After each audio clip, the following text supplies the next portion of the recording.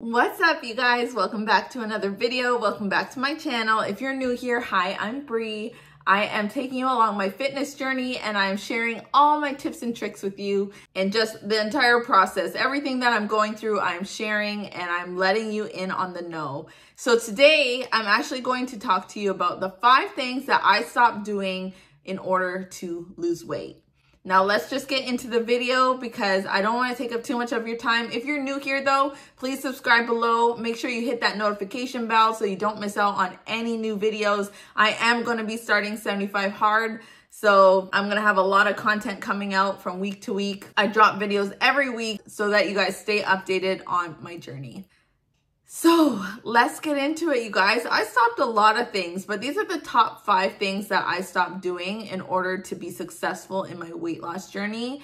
And I needed to share them with you today. And you might even find similarities in your journey. Maybe this will kickstart you into starting your journey if you haven't already. So let's get into it. The first thing I stopped doing was I stopped grazing food and I started eating whole foods.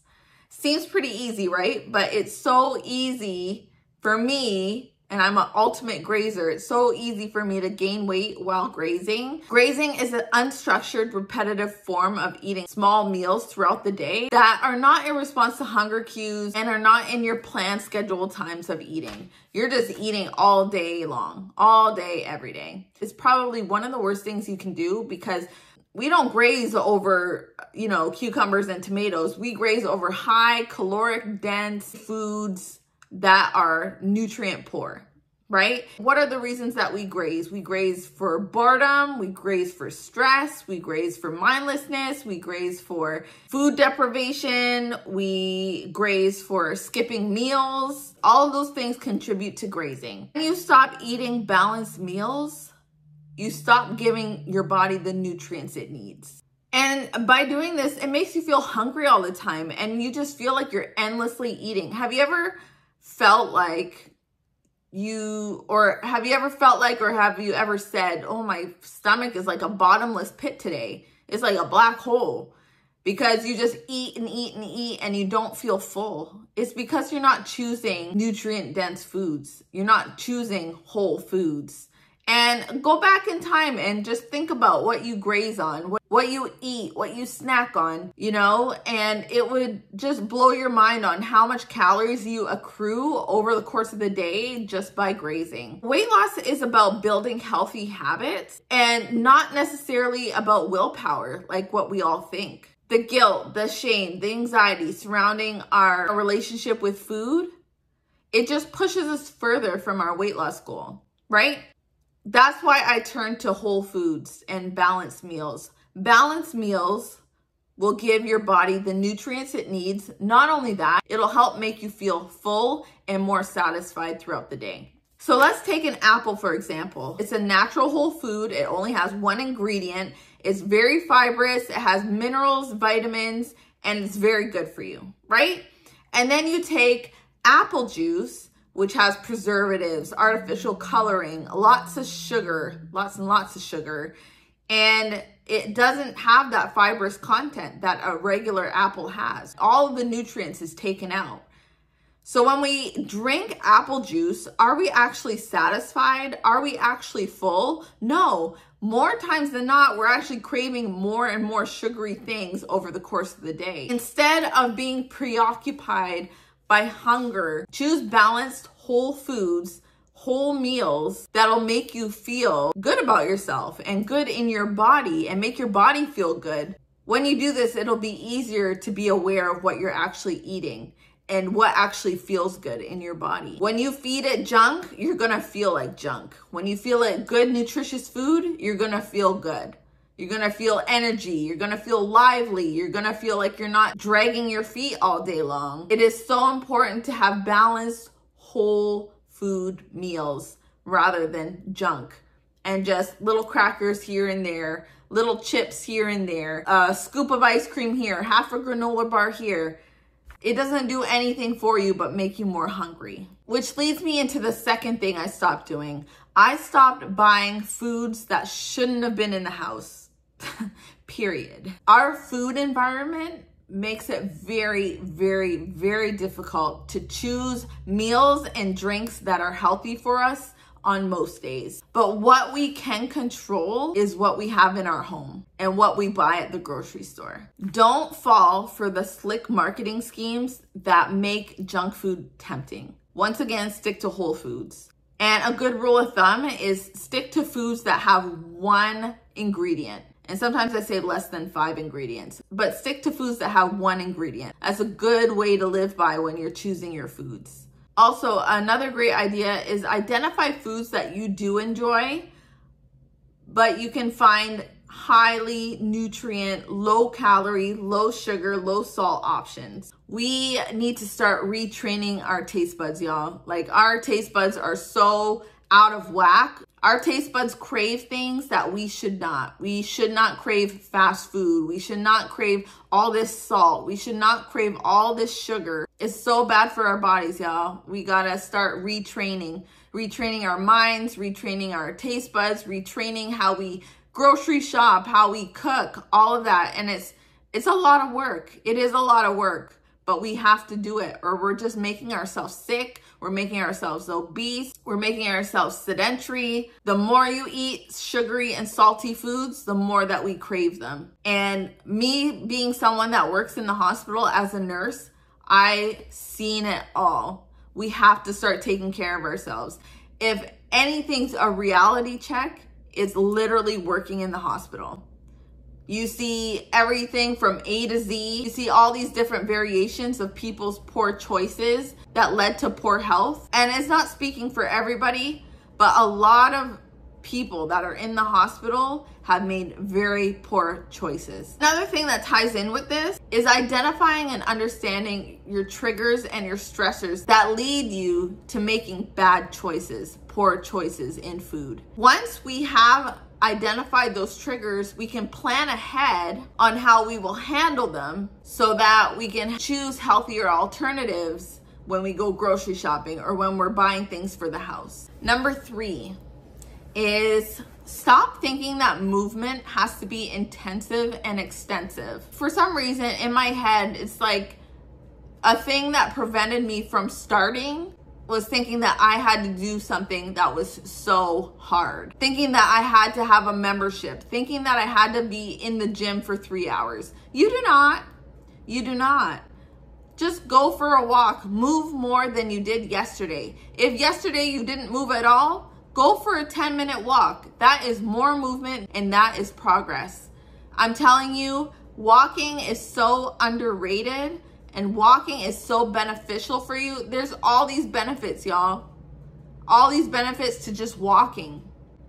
You know, the 10K steps a day, I don't know where 10K came from, but 10K steps is legit. Before I had a watch, I didn't know how many steps I was taking throughout the day. Now that I have an Apple Watch, on the days that I don't walk a lot, I'm in like the 3,000, 4,000. And to think that I didn't know that before I actually had a watch that could step count all my steps throughout the day. That is a bad day for me. I'm young, I'm able, you know what I mean? Having 3,000 to 4,000 steps is unacceptable. So if I know my base of steps is 3,000 or 4,000, for example, increasing it to 4,500 or 5,000 steps is an improvement than yesterday.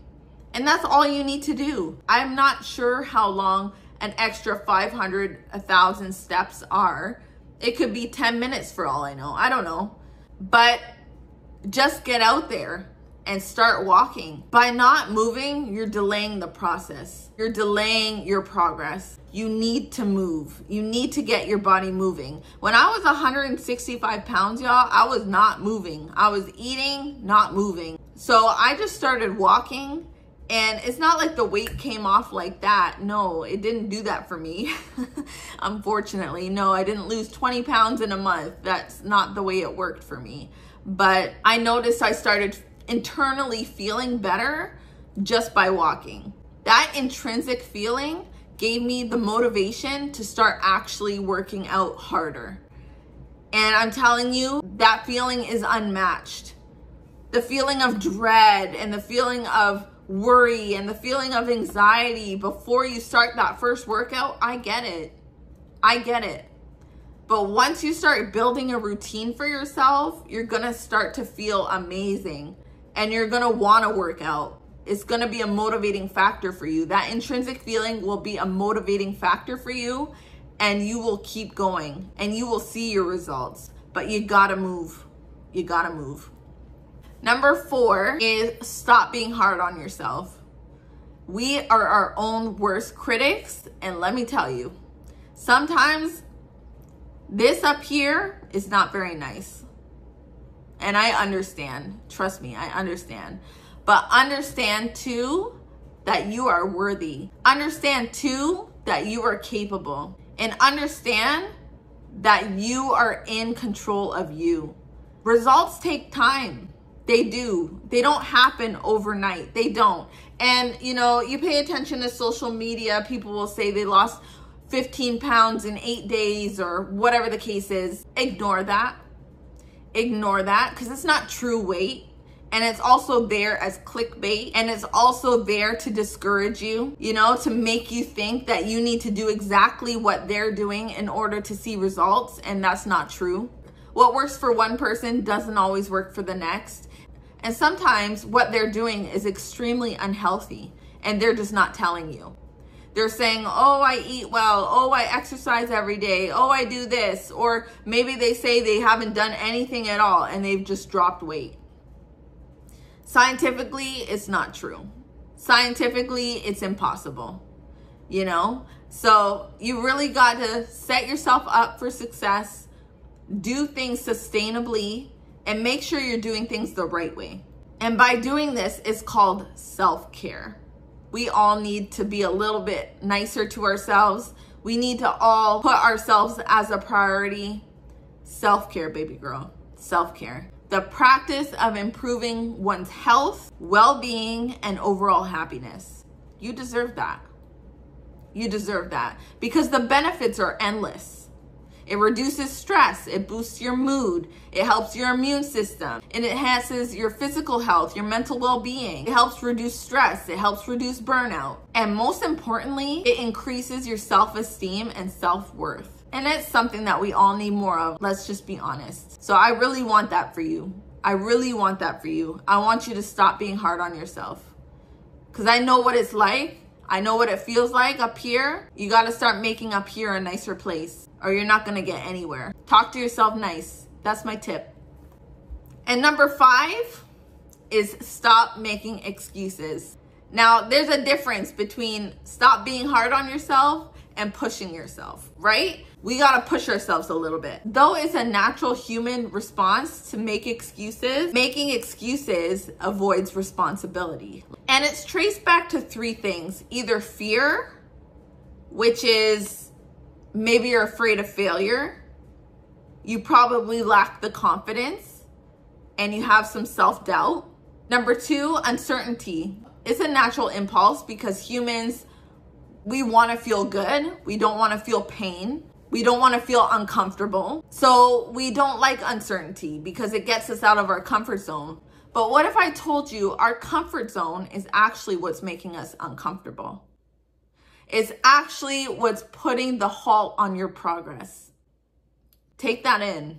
It's actually putting a halt on your progress. What you think is comfortable is actually making you uncomfortable because you're not moving from where you are. You haven't seen progress in years because you're not doing what you're supposed to be doing. You're not pushing yourself. And I need you to push yourself. There is beauty in discomfort. Trust me. And the 3rd thing is lack of purpose. You don't have goals that inspire you, so make them. You feel like you lack purpose. You don't have a why. Why are you doing the things that you are doing? Why are you not doing what you should be doing? Who is your why? What is your why? Are your kids your why? Do you want to show them that fitness and health is important? Is getting a better body your why? You want to feel better. You want to look better. You want to carry yourself better. What is your why? You need to figure that out. And it's only you that can figure that out. So if your excuses are interfering with your daily life, with your goals and preventing you from reaching them, it's important to break the habit, okay? So come here. I'm gonna tell you 7 things that you need to do to break the habit of excuses. So the first thing, take responsibility. Take responsibility. Your future is up to you. It's up to nobody else. The harsh reality, nobody's coming to save you. You have to save you. So are you gonna be that person? Number 2, shift your perspective. See life happening for you rather than to you. Begin to see problems as opportunities. Okay, that's a big one. Make sure your glass is half full and it will set you up for success. Number 3, release your limiting beliefs. Stop telling yourself that you aren't worthy. Stop telling yourself that you aren't capable. Stop telling yourself that you are not deserving, because you are. You need to build up that confidence, baby girl. You need to build it up, because I am tired of you talking to yourself negative. You need to change what's up here.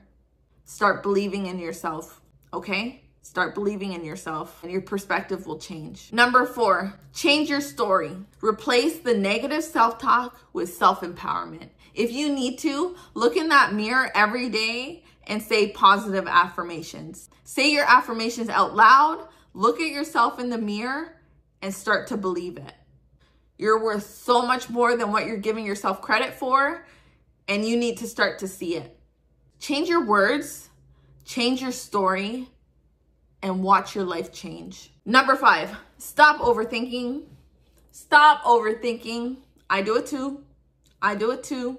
But stop overthinking. Nothing's as bad as what it seems. Some things are just how they are. You don't need to create this long, elaborate story of what might happen or what you think's gonna happen. You're just building up this story to prevent you from doing what you need to do. And the story hasn't even happened yet. I'm guilty of it. I'm right there with you. I'm guilty of it too. Number 6, make small, achievable goals so that it can build up your confidence. When you reach your goals, you feel so much better about yourself. But if you're making these big, elaborate goals that are so far-fetched and you cannot reach them, you're just gonna feel bad about yourself. You're gonna feel like a failure. Make short-term goals so it's easy to achieve them. Start building up your confidence, start feeling better about yourself, and then make those bigger goals. It's not to say you can't make those goals. They're there, and they will be there. But along the way, you need to make smaller goals so that you can achieve them. It's a process, but build yourself up. You deserve that. And lastly, get support. If you have no one else, you have me. I will support you. I will help you in anything that you need to do for yourself to get you on the right path. But if you have someone, I don't know, whoever, get support. Ask for help. People can't read your mind. They don't know what you need support in. They don't know what you need help in. And I've learned this being a mom, that I was suffering in silence and nobody knew that I needed help. I put on a really good face, but I had to speak out. I had to ask for help. And then people came to help me. It's not because they didn't want to. It's because they didn't know. You gotta open your mouth. So if you need support, put it down in the comments and I'll support you. If you have questions, concerns, comments, put them all down below and I'll respond to you, I promise. But if it's not me, choose someone that you trust, choose someone that you can confide in, and they will help you reach your goals. Support is everything. You need a village to live this life. And I've learned that in motherhood as well. It's a village that helps take care of your kids. It's extremely tough to do it by yourself.